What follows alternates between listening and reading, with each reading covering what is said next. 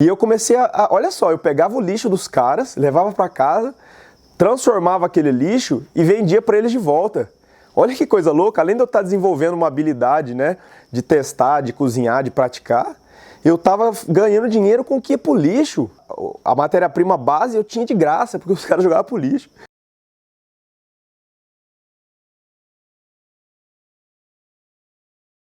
Eu lembro que, vou contar uma história interessante para vocês. Eu fui chamado para trabalhar no restaurante do Troagro. Eu fazia estágio no restaurante dele, que era o mais top, que era o Olan. E aí eu fui chamado para trabalhar na cozinha de produção, que era uma cozinha que atendia os outros restaurantes dele, porque lá no Rio de Janeiro o espaço é muito pequeno. Então, como eram restaurantes que vendiam muito, eles não tinham espaço para produzir tudo isso. Eles tinham uma cozinha de produção colada com esse restaurante chique deles. E eu fui chamado para ser ajudante, lavar louça, descascar batata, descascar abóbora, enfim, fazer o que o ajudante faz. E eu, logicamente, que aceitei, saí do outro restaurante que eu trabalhava, porque eu trabalhava durante o dia e fazia estágio à noite. E eu fui encarar essa linha de produção aí de base, né? Que para mim foi importantíssimo, porque depois a minha indústria começou como uma cozinha de produção. E foi muito, muito importante. E eu vi um desperdício gigantesco, cara. Um dos episódios mais assim, fortes assim, para mim, eles faziam 1000 folhas de mandioca, 1000 folhas de aipim, de mandioca. Que eles pegavam a mandioca crua, metiam essa mandioca deitada, né? A mandioca é compridinha aqui, né? Cortavam umas torinhas mais ou menos desse tamanho, colocavam elas deitadas numa máquina de fatiar frios, aquela que fatia presunto, né? E fatiava aquela mandioca bem fina, não muito, né? Mas não tinha a espessura certa. Fatiava aquela mandioca e chegava um certo tamanho da mandioca, a fatiadora não pegava, né? Porque ele tem até um certo nível que vai, senão começa a comer os dentes lá da garrinha. E aí aquilo ali ia pro lixo, cara. Lixo.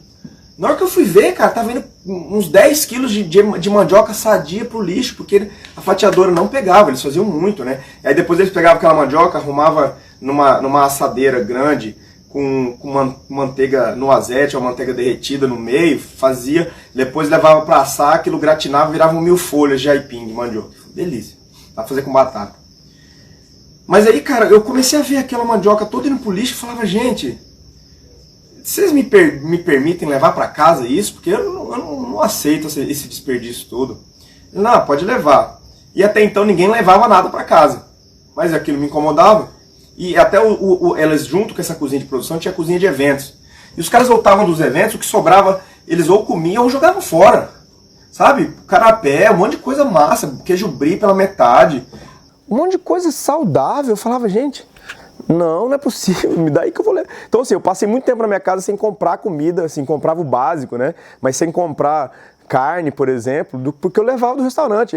A mesma coisa dessa mandioca, eles fatiavam um carpaccio de filé e acontecia a mesma coisa. Chegava no final, ficava assim, uns 100 gramas de filé mignon que a fatiadora não pegava. E os caras jogavam fora. Eu falei, o quê? Dá pra mim que eu levo pra casa. Então assim, aquilo começou a me incomodar de um tanto que eu comecei a levar isso pra casa. Aí eu falei, cara, eu vou usar isso para desenvolver as minhas habilidades na cozinha, para cozinhar. Porque todo mundo acha que eu vou fazer uma faculdade de cozinha. Não. Você aprende a cozinhar cozinhando. Se você não vai para a prática, de nada adianta uma teoria gigantesca, a faculdade que você fez não sei aonde, sabe? Não adianta, não vai funcionar. E eu comecei a levar aquilo para casa e testar. Então eu lembro que essa mandioca eu peguei, falei, o que eu vou fazer com esse monte de mandioca, né? Fiz purê, fiz bolinho. Mas aí eu lembrei que minha avó fazia um bolo de aipim, um bolo de mandioca, daqueles cremosinhos, muito bom. Aí eu liguei para ela, pedi receita. A receita dela ia muito óleo, eu substituí por Aí eu fiz umas alterações, né? Porque como eu nunca me contento com a primeira opção, eu gosto sempre de dar a minha cara pro negócio, eu mudei. Então eu tirei o óleo, botei manteiga, Só que assim, o que aconteceu foi que eu pegava essa mandioca, fazia esse bolo e levava para os cozinheiros, levei uma vez para eles provarem, eles ficaram alucinados e começaram a comprar o bolo de mim. Theo, pode trazer que a gente compra o bolo. E eu comecei olha só, eu pegava o lixo dos caras, levava para casa, transformava aquele lixo e vendia para eles de volta. Olha que coisa louca, além de eu estar desenvolvendo uma habilidade, né, de testar, de cozinhar, de praticar, eu tava ganhando dinheiro com o que ia pro lixo. A matéria-prima base eu tinha de graça, porque os caras jogavam pro lixo.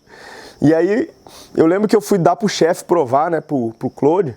Os caras, você tá maluco? Você vai dar pro homem provar? E não sei o que. Eu falei, vou, claro. Levei pro cara. O cara, muito bom, é você que fez, parabéns e tal. Morreu aí. Aí, beleza. Aí a gente foi fazer um purê de maçã com maracujá, que era um clássico do restaurante lá. E aí eu comecei a ver aquela tonelada de casca de maçã indo pro lixo, cara. Umas cascas lindas, com uma coloração, era uma maçã argentina bem roxa, bem vermelha, assim. Falava, cara, mas essa casca que dá pra transformar em alguma coisa. E eu levei pra casa e testei vários tipos de geleias. Porque a maçã tem muita pectina e na casca da maçã tem muito nutriente. Em geral, pessoal, a casca dos alimentos tem mais nutriente, mais vitamina, mais mineral do que o próprio alimento em si. Eu pensava, o cara que é dono de restaurante e usa muita batata todo dia para fazer bolinho, para fazer porção, não sei o quê, e descasca a batata e joga a casca fora, o cara está desperdiçando uma chance de agradar o cliente dele se ele simplesmente pegar aquela casca crua, não precisa nem cozinhar, e fritar aquela casca e botar um salzinho, e o cara sentou na mesa do restaurante, ele dá um potinho com aquela casca de batata frita. No meu conceito, tá? O cara tem uma propaganda fortíssima, que hoje em dia é bem presente essa questão da sustentabilidade. As empresas que não pensarem em sustentável não vão crescer. O cara está perdendo a chance de agradar o cliente dele, porque as pessoas gostam de sentir que estão ganhando sempre. Então, se o cara sentar ali e ganhar um agrado, ele já chama a atenção, né, daquele lugar. Pô, ninguém me dá nada, esse cara tá me dando, não tá me cobrando nada. Então olha que coisa legal. E outra, né, se o cara for dono de um bar que vende cerveja, você bota uma casquinha de batata bem salgada e o cara vai beber, que é uma beleza, entendeu? Então assim, você tá perdendo um monte de benefício fazendo isso. Logicamente que nos restaurantes que eu trabalhei, tinha um pouco de conceito de reaproveitamento quando a gente estava falando de ingredientes caros. Por exemplo, o filé mignon, você tem uma limpeza do filé, né? As aparas que a gente fala. Porque no restaurante só serve a parte, né, dos tornedor, a parte mais nobre, né? E aquelas aparas, eu acho que todo mundo deve aproveitar, porque é muita coisa que vai pro lixo. Mas no restaurante que eu trabalhava, os caras limpavam bem as aparas para tirar os tendões, né? E faziam hambúrguer, e fazia prato kids, né? Que geralmente é aquele prato sem graça, né? Só carne com batata frita. E aí uma vez eu fui sentar com um grande gestor de restaurante, falei, cara, eu quero voltar para minha cidade e eu queria aprender um pouco do segredo da gestão do restaurante. Ele falou, beleza, vem aqui. E uma das coisas que ele me falou muito forte é isso. Se você, como gestor do seu restaurante, consegue aproveitar ao máximo os ingredientes, principalmente aqueles que iriam para o lixo, você está agregando um valor no seu negócio muito positivo. Porque, por exemplo, no filé, no caso, o filé está sendo pago, o custo dele está sendo pago naquela parte mais nobre. Ali já está todo o custo, entendeu? Aquelas aparas que iriam para o lixo, e você aproveitando, fazendo steak tartar, outra coisa que eles faziam, hambúrguer, prato kids, você está tendo um custo zero dessa carne, né? Você tem o custo dos outros ingredientes e da manufatura ali. Mas, se o gestor do restaurante, você que quer virar gestor ou quer abrir o próprio negócio, se você pensar de uma maneira sustentável, você só tem a ganhar. Sabe, uma das coisas que me desagradaram em algumas sociedades que eu tive era que os caras achavam isso uma babaquice.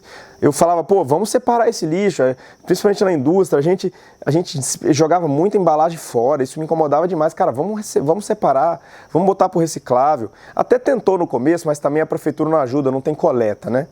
Então, depois os caras jogavam tudo no mesmo lixo.